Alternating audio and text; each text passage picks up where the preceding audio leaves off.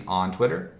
And then just something I want to talk about, me and he's unpopular wrestling opinions. Which is going to be very fun because we have quite a few very unpopular wrestling opinions. But we're just going to say our most unpopular today, and we'll get to the rest later.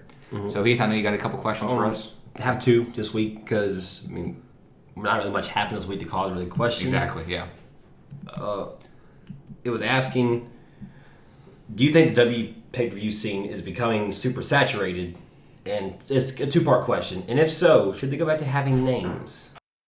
All right, well, that's kind of a weird question. Do I think it's two-part? Should they go back to having names? I don't really know what he means by that. I think he mean like the old-timey names, like, like Breaking the Point. old Judgment Day, like the classic ones, Judgment Day, probably like Backlash, No Mercy come back. Maybe use some WCW ones because you own them now. You might as well use them while you have them owned. Do I think it's becoming oversaturated? No, I don't think so. I think it's out of necessity. I think going 2 months without a Raw or SmackDown pay-per-view is too long. Especially when pretty much all your real fans have WWE Network in the first place. It's not like it used to be to where no one would be paying $100 a month to watch 2 pay-per-views. Now you can just pay $9.99 and watch them all. And it's a lot of the reason is because of WWE's business style, to where they only give title matches away now, pretty much solely on pay-per-views. I don't think it's oversaturated. What do you think? I agree. If it was 2 pay-per-views a month and it was the same people on each one, I'd say no. But because it's like you're getting 2 different brands, you're getting to see people you didn't normally get to see have like actual matches that matter on pay-per-view. And you're getting more quality out of it. And as you've seen, I hate saying this, but one brand's risen with the quality they're putting on pay-per-views, the other brand's just kind of still being the same thing. I do kind of want to mention that Raw still, by viewers, kills SmackDown completely. Yeah. So you know that there's a lot of people that still solely only watch Raw. So you know they're only going to watch the Raw pay-per-views. So because of that, do you really want to have 2 months of no pay-per-views? Because there's plenty of people that only watch one brand. And most of them only watch Raw, so if you would that'd be way too long. I know for a fact we have a couple followers who only watch SmackDown. Yeah, but we also have some that only watch Raw. Yeah, not everybody SmackDown as it was originally, and what it still is. It's more of a smarky show. It's more it's more of a fan show. Raw's McMahon show. SmackDown is the fan show. That's how it has been. That's how it always will be. And it's just you gotta get the quality you want out of it. And there's a brand for you. Like, if you want indie style WWE, you got NXT. If you want cruiserweights, you have 205 Live coming. If you want quality matches, who wants cruiserweights? If you want quality matches, good storylines, you got SmackDown. If you just want big names, you got Raw. There's something for everybody now. We also had another question. This is from the Roughing on Twitter. He asked how we book Finn Balor's return, and I booked that, and it will be online tomorrow. So Saturday. I'm excited for that one because I really want to see how you're gonna go about it. Because I know you're not the biggest Finn fan. No, I'm not. You're a big Prince Devitt fan, but you're not a Finn fan. I'm a huge Prince guy. So that was another question, but we have one final question from Event Mail. All right, our final topic for today is our unpopular wrestling opinions. I guess I'll start off with this.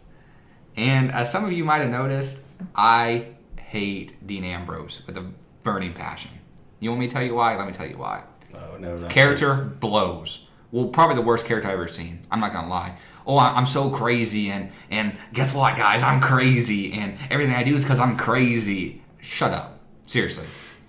Are you kidding me? That's seriously a gimmick from the 90s. Hey. And also, we talked about this before. Here's Dean Ambrose in a promo. I was going to the big match, and then I went to the other place. I just dude, you can talk with one volume the entire time. Why are you yelling at me and then whispering at other times? Learn how to cut a freaking promo. You know? It's like with Dean, I don't have as much of a problem with him as you do.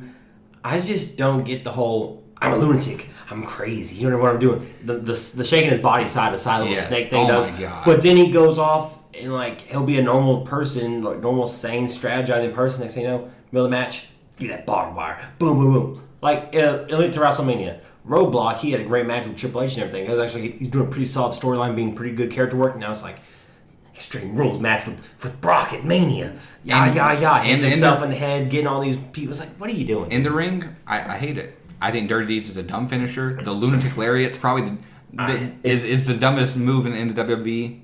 It's worse than Rear View. I don't even think it's close. It's so dumb. I hate it. It was okay when he would do it once in a while. He does it every freaking match. Every match. It's a signature. It's awful. It's a signature. It is awful. It is a trash move for a trash wrestler. It's honestly, it's a bad. For you're gonna be a main event WWE champion kind of caliber. Like, you should have a better signature move than a lunatic lariat. Like, come on. And when is he gonna get When is he gonna get some ring gear? Never. I'm fine with him wearing pants.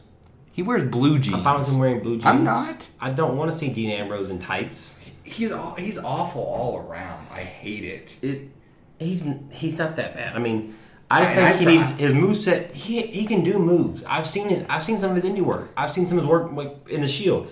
He can do moves and be a good character. It's just like they're pushing the lunatic fringe so much. It's ruining him. Like, I that's probably my unpopular opinion. Like, one second. I'm gonna finish up mine, then you can get to yours. I got a couple more to say. Oh no. All about Dean Ambrose. I was so happy when he got exposed with this title run, and he did get exposed. He got booed. He got booed out of the freaking building with John Cena. Against AJ. John Cena and AJ Styles. Okay, everyone in the whole world is going to get booed when it's in the ring with John Cena and AJ Styles. Like, come on. You get the two most popular wrestlers like the past 10 years, and you put them in the ring with Dean Ambrose, and you think Dean's going to be the one getting cheered. Really? He should not get booed. He should. He's supposed to be. He's not a babyface. Yeah, but they want to push him as a babyface, and the reason why is like, here's one of the hottest takes of all, and this might be really hot for our viewers, and I'm sorry in advance, but the reason that he's so popular is because most wrestling fans feel outsiders, so feel like they're outsiders, so they compare with his lunatic friends saying, "Oh, I'm crazy. I got emotional issues too. I'm crazy too." It's why Mick Foley got over. I mean, you're playing the outside character. You're playing the off. Like, most wrestling fans are not like. So here's the thing: if you're gifted a character like that, why is he not doing well with it? I just don't think it's fit for him. I really wish he could get repackaged, but I think it might be too late to repackage. I don't know. Why did he have to do that when he came out of the Shield? Why couldn't he go be something, I don't know, semi-normal, like Roman and Seth? But I mean, I can understand, like, at first, because I'm like, oh, he's going to be the one who suffers kind of like the most mentally from this, because, like... He shouldn't have, though. He got put in a feud with Seth Rollins, which is pretty good overall. But and then all of a sudden, he's a lunatic friend. You thought you were on top of the world, and then, like, it's kind of... they're going... It's like a PTSD angle. You know what they were going with. Yeah. You know, everyone knows that's what they were going with. It's just, they don't know how to book the Shield. They don't. The Shield, like... Currently. You're saying currently. Currently. From the perspective of... Once they broke up, the Shield kind of seems like they're the clique a little bit. Like, you know, they're only running. All they're doing is running every show. Seth, this weekend, at Hell in a Cell, announced 16 straight pay-per-views. He's in a title match. Yeah. That's ridiculous. I mean, I love Seth, but that's ridiculous. Straight pay-per-views. That's going back like about 2 years, because Seth was gone from Survivor Series last year to Extreme Rules this year. Nope. That's a lot. That is 16 times this man's fought for a championship and defended a championship. He's what's your unpopular wrestling opinion? I hate Sasha Banks. Oh, wow. There's certain fans of ours that are going to hate you. I hate Sasha Banks, and it's and I'm starting to hate Becky a little bit. Do you hate Bailey too? No, I love Bailey. You know I love Bailey. Becky is starting to show signs to me that she is a female Dean Ambrose. Sasha is just... You just said that. You said that so nonchalantly that you hate Becky too. I'm starting to hate Becky a little bit. Like, here's my thing. She's in this feud right now with Alexa on SmackDown. Yeah. And I'm watching this feud week in and week out because SmackDown's on my show. I live tweet. Let me just tell you, last year, Becky was competing. About this time last year, Becky was kind of getting in the thick of things for the women's championship. I mean, sorry, at the time, the Divas Championship. Yeah. You know what Alexa Bliss was doing a year ago at this time? In NXT, I guess. Yes, she was in NXT, being the ring manager for Blake and Murphy. Yep. Let's fast forward to now.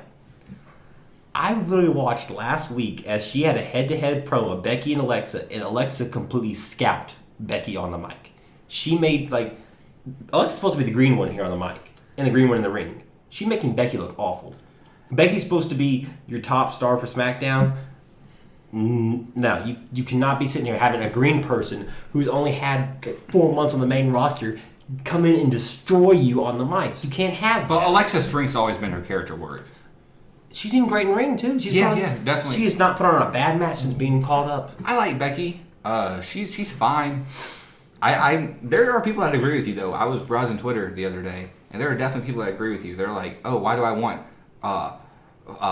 Red Hot Fire, Becky, and then exploder suplexes all the time? Mm-hmm. That's kind of what she does. Mm-hmm. On the Sasha Banks thing, I agree with you. Currently, I hate her as well because she's not a face. She's an awful face.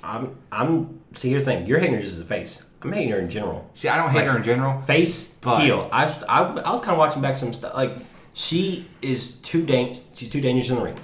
Like, she's going to either get herself hurt or she can hurt somebody else. That's what I was about to say. She is very dangerous. There are very few times that I will say I agree with Vince. But remember that rumor about 6 months back saying he was not very high on Sasha because of the way she wrestles? Mm-hmm. She always lands on her neck, no matter what. She has a short career. She's going to have a very limited career. In Hell in a Cell, she was the greatest women's wrestler of all time. And she landed on her neck every freaking time. Like, I'm sorry. Like, Charlotte can only do so much for you in the ring. She can. Bow down to the queen. Like, queen of queens. She's too small. She's admitted it. She needs to put on muscle. Look at you. You're a stick. Everyone else on the team, look at Charlotte. Look at Charlotte. Look at Bayley. Look at Becky. Look at Alexa. Look at Naomi. Look at everybody. They have some muscle on them. Even on their arms, they have some muscle at least. Like, do something to help yourself out and not, kill yourself. I don't understand what Sasha's fascination is to land on her neck every spot. Like, they're great rest. Like, it's just, I don't know if you noticed it lately. Her in-ring skills have dropped insane since she left NXT. Like, she's been having some botches lately. Like, ever since she got her push to finally get her up to main event level, she's been botching a lot of stuff. Like, the end of Hell in a Cell. Whatever you want to call that. Please try to explain to me. I mean, I'm not going to blame Charlotte. I know. Going back to last year, like I was saying, last year, if I had to power rank my favorite women's wrestlers, it would probably be, last year it would have been Sasha, far and away my number one. Then Becky, then Charlotte. It's not even close. Charlotte's my number one forever. Like, seriously, but bow down to the damn queen. I mean, what, we put out a poll and asked who's the greatest women's wrestler of all time. 56% of people said Charlotte. And it said 56. It was 20 people voted that in the end? This started out 14-0 in favor of Charlotte. 14. Just a quick unpopular opinion. Actually, too. Some people said Trish Stratus. Get the hell out. I'm sorry. Go watch a Trish or leader match. They both suck. I love Trish. For reasons that are not wrestling, but you cannot put her in the same category as Charlotte. She's not even close to Charlotte. You cannot touch. And then people were saying AJ Lee too. AJ's kind of the same thing as Dean. And he's the outsider. He's not your diva. He's not your. I'm gonna be on Total Bellas. I'm gonna be on Total Divas. I'm gonna come out and shake my ass. She did that though. I'm gonna come out and be all fancy, glamorous. Oh my gosh, I'm just here. She's came out and she wanted to try to be this women's revolution person. Basically, who Paige got turned into the next year. That's who AJ was trying to be. And they just kind of It's not close right now though. Charlotte's the best there is, the best there ever will be. It's crazy. It's crazy. We're sitting here and there's one family who could probably at the end of both their careers be able to say we have the greatest male wrestler and female wrestler of all time. Charlotte's going to break Ric Flair's record. She should. She's going to get 20, I guarantee you. I would give her 20. She's the greatest of all time. The only thing Charlotte has working against her, she's 30. Yeah. That's the only thing she has working against her right now. But, I don't know. I'm kind of, there's some couple unpopular opinions. We'll get to those some other time, though. Probably next week. I think we might make this a segment for a long time. The Unpopular Wrestling Every Friday, just an Unpopular Wrestling Opinion, either current or past. But tomorrow we'll be back with my booking of Finn Balor. I know you guys will want to see that. I'm excited to deliver it.